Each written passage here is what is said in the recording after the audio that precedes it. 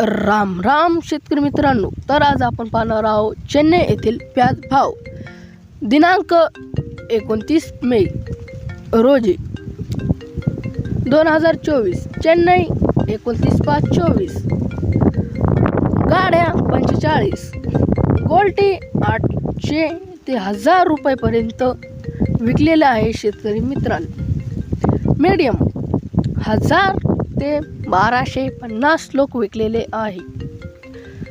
तसेच मुल्लक